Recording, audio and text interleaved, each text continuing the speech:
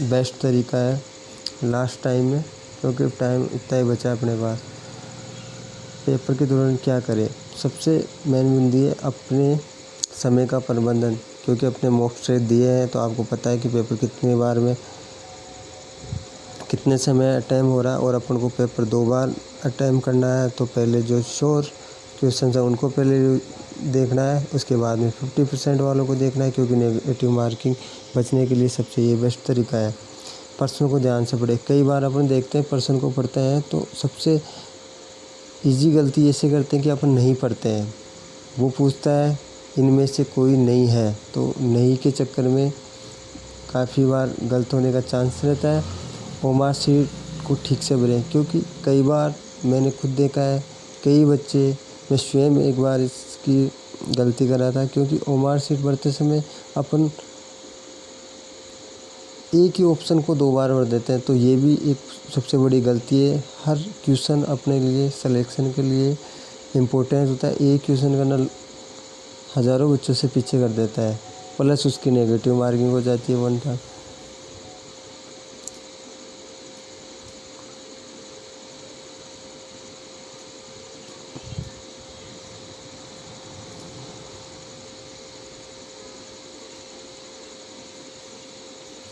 Next चीज़ पता है, second paper अपना सब्जेक्ट आएगा, जैसे इंग्लिश है, हिंदी है, साइंस मैथ है, साइंस मैथ और साइंस मैथ का आएगा, ठीक है। तो संस्कृत वालों को संस्कृत का आएगा। तो इसी प्रकार से सब्जेक्ट सबकी अच्छी होती है, लेकिन मेन होता है 40% वालों के लिए सबसे जीके का पेपर होता है, और यही सबसे बच्चों को, क्योंकि सेकंड ग्रेड में आरपीसी पेपर ही ऐसा बनाती है कि 40% बच्चों के आते ही नहीं है।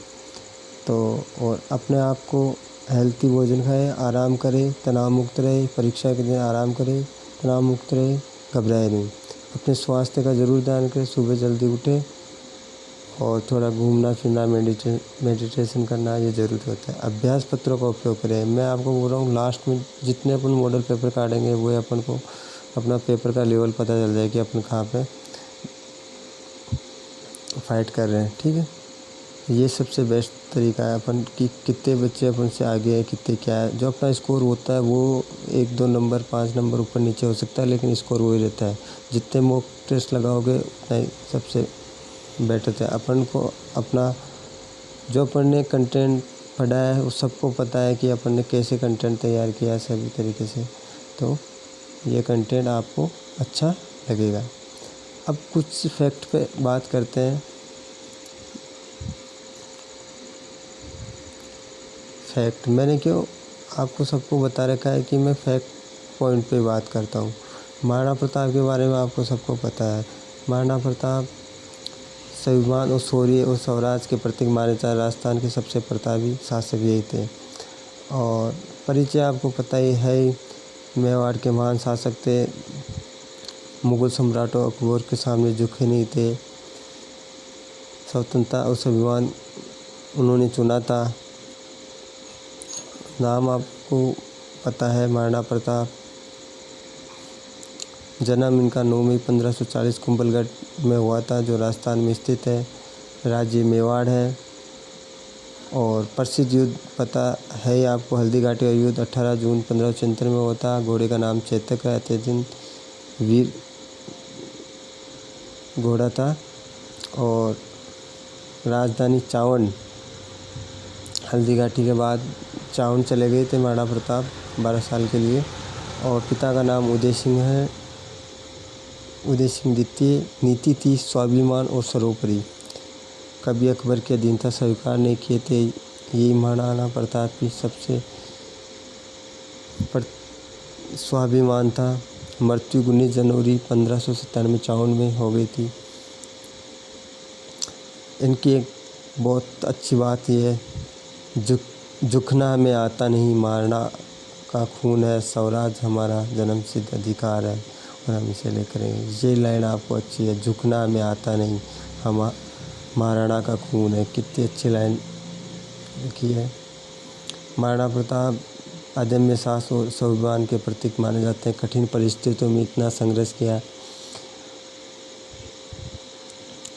जंगलों और पहाड़ों में रहकर भी युद्ध की छापामार नीतियों में महारत हासिल था। इन्होंने इतनी बड़ी अकबर की सेना को भी परास्त कर दिया था। ये छापामार और गुरिल्ला नीति में बहुत अच्छे थे और इनकी सेना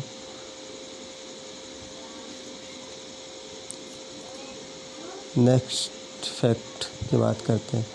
ये तो आपने देखा ही होगा कि अभी बहुत ही चर्चा में चल रहा है। 28 फरवरी से चल रहा है दोस्तों ईरान और इज़राइल युद्ध, और इसमें यूएसए भी है। तो ये तीनों देशों के युद्ध चल रहा है। ये है फारस की खाड़ी, ये है हॉर्मोज़ जल संधि। विश्व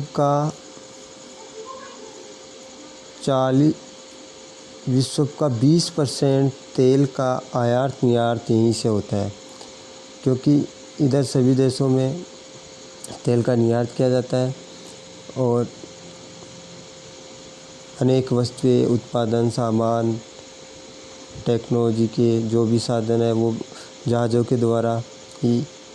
यहाँ पे खार द्वीप है और ये ईरान आपको दिख रहा होगा। शानदार तरीके से बताता हूँ आपको दोस्तों। अली खामनाई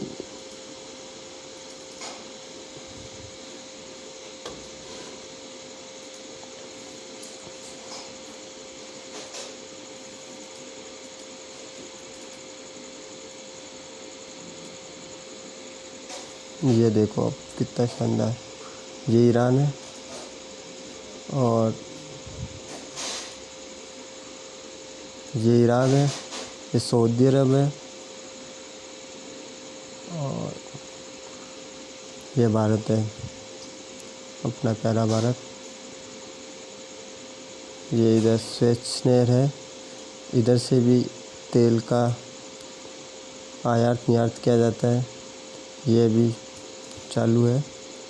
ये भी एक वो है, लेकिन सर्वाधिक तेल का आयात निर्यात यहीं से होता है 20%।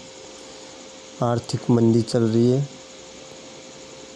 और लगातार इजराइल, ये इजराइल है, यहाँ पे लगातार दोनों देशों के युद्ध हो रहा है मिसाइलों से, और दोनों सैनिकों के और इंफ्रास्ट्रक्चर सभी को नुकसान उठाना पड़ रहा है। और देश और पूरे विश्व में इसकी युद्ध की आहट धीरे धीरे देखने को मिल रही है। तो काफ़ी नुकसान हो रहा है इसमें। और अमेरिका का जो जंगी बेड़े हैं वो यहाँ अपनी यूएस आर्मी यहाँ पे डिप्लॉय है, और ये पूरा ईरान का नियंत्रण है। बंदर अब्बास यहाँ पे बंदरगाह है ईरान का, और ईरान इतना डेवलप कर चुका है अपनी मिसाइल टेक्नोलॉजी को, ड्रोन से और मिसाइल में बहुत आगे निकल चुका है। ड्रोन की टेक्नोलॉजी में काफ़ी अच्छा है, और काफ़ी यहाँ पे जाग्रोस पर्वत और एल्ब्रूस पर्वत, ये काफ़ी कठिन परिस्थितियाँ हैं यहाँ पे, क्योंकि ये पहाड़ी क्षेत्र है और ये एकदम रेगिस्तान है। तो इससे काफ़ी नुकसान उठाना पड़ रहा है, क्योंकि यहाँ पे सीधी सेना नहीं उतारी जा सकती, और यह पूरा नियंत्रण IRGC ईरान की सेना जिसके नियंत्रण में है। तो ये काफ़ी इम्पोर्टेंट है, अभी काफ़ी चल रहा है इस पर। तो अपन नेक्स्ट आगे चलते हैं।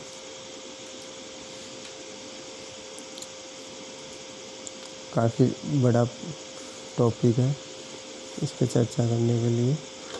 तो जो बिंदु है करंट अफेयर में पूछा जा सकता है, ये काफ़ी अच्छा करंट अफेयर का सवाल बनेगा अपने। वर्तमान में तो रामसर स्थल 100 हो गए, 100वां भी अभी आपको बताएंगे। लेकिन 99वां रामसर स्थल शेखा झील पक्षी अभ्यारण्य अलीगढ़ उत्तर प्रदेश में बना है, जो आप मैप के माध्यम से अच्छे से देख सकते हैं। भारत में 100 रामसर स्थल हो चुके हैं वर्तमान में, और 5 जून 2026 को 100वां रामसर स्थल बना है। और उत्तर प्रदेश की राजधानी लखनऊ है, और मुख्यमंत्री आदित्यनाथ योगी जी हैं। रामसर स्थल आंध्र भूमि क्षेत्र होते हैं जिन्हें अंतर्राष्ट्रीय महत्व व आंध्र भूमि को घोषित किया जाता है। ये कन्वेंशन ईरान के रामसर स्थल 1971 में हस्ताक्षर हुए थे। काफ़ी अच्छा पॉइंट ऑफ है, आप देख सकते हो। इसका मैप है, राजस्थान के मैप आप दिखाई दे रहा है, और भारत का मैप है। ये लद्दाख है, ये आपको लद्दाख, ये लद्दाख इधर, ये जम्मू कश्मीर है, और ये इधर लद्दाख है। नेक्स्ट की बात करें तो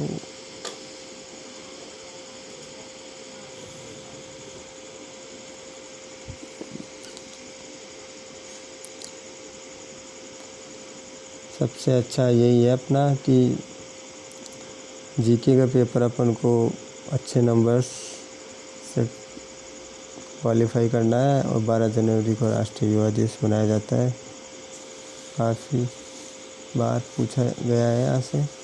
सबसे स्टडी प्लान के लिए अपन को daily targets, revisions, practice, success, focus of display, ये सभी की आवश्यकता पड़ती है। और स्वामी विवेकानंद जी आपको पता है, उठो जागो जब तक मत रुको जब तक लक्ष्य की प्राप्ति ना हो जाए। और भाग 2 में बात करते हैं जोधपुर के फैक्ट चर्चा में। तो जोधपुर को ब्लू सिटी के बारे में जाना जाता है। जोधपुर की स्थापना 1459 में राव जोधा द्वारा की गई थी, और मारवाड़ राज्य की ये राजधानी रही है। इससे पहले मारवाड़ कहा जाता था। यहाँ पे देखा जाए तो प्रमुख पर्यटन स्थलों की बात करें तो शहर के बीचों बीच स्थित झील, सुंदर बाग और शांत वातावरण है। माचिया सफारी पार्क, ये भी जोधपुर में स्थित है, जो नेचर लवर्स के लिए बेहतरीन जगह है, घूमने के लिए काफ़ी अच्छा है। टूरिज्म मेमोरियल, कारगिल युद्ध के शहीदों को समर्पित कारगिल संग्रहालय पर, और केनान हिल्स की पैनोरमा भी बनी हुई है। जोधपुर को क्विक रीजन के बारे में चर्चा करें तो जोधपुर को सन सिटी भी कहा जा सकता है। मेहरानगढ़ किला 400 फीट ऊंची पहाड़ी पर स्थित है, जिसे चिड़िया टूक भी कहा जाता है।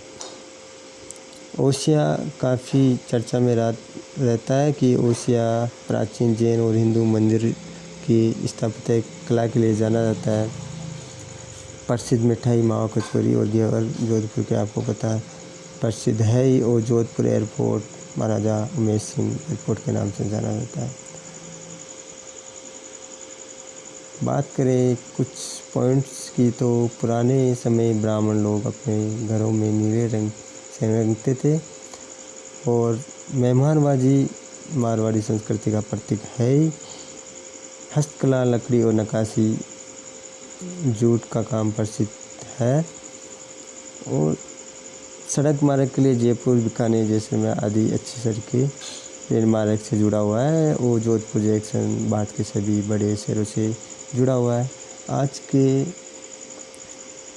क्लास को यहीं समाप्त करते हैं। ठीक है, धन्यवाद। क्लास अच्छी लगी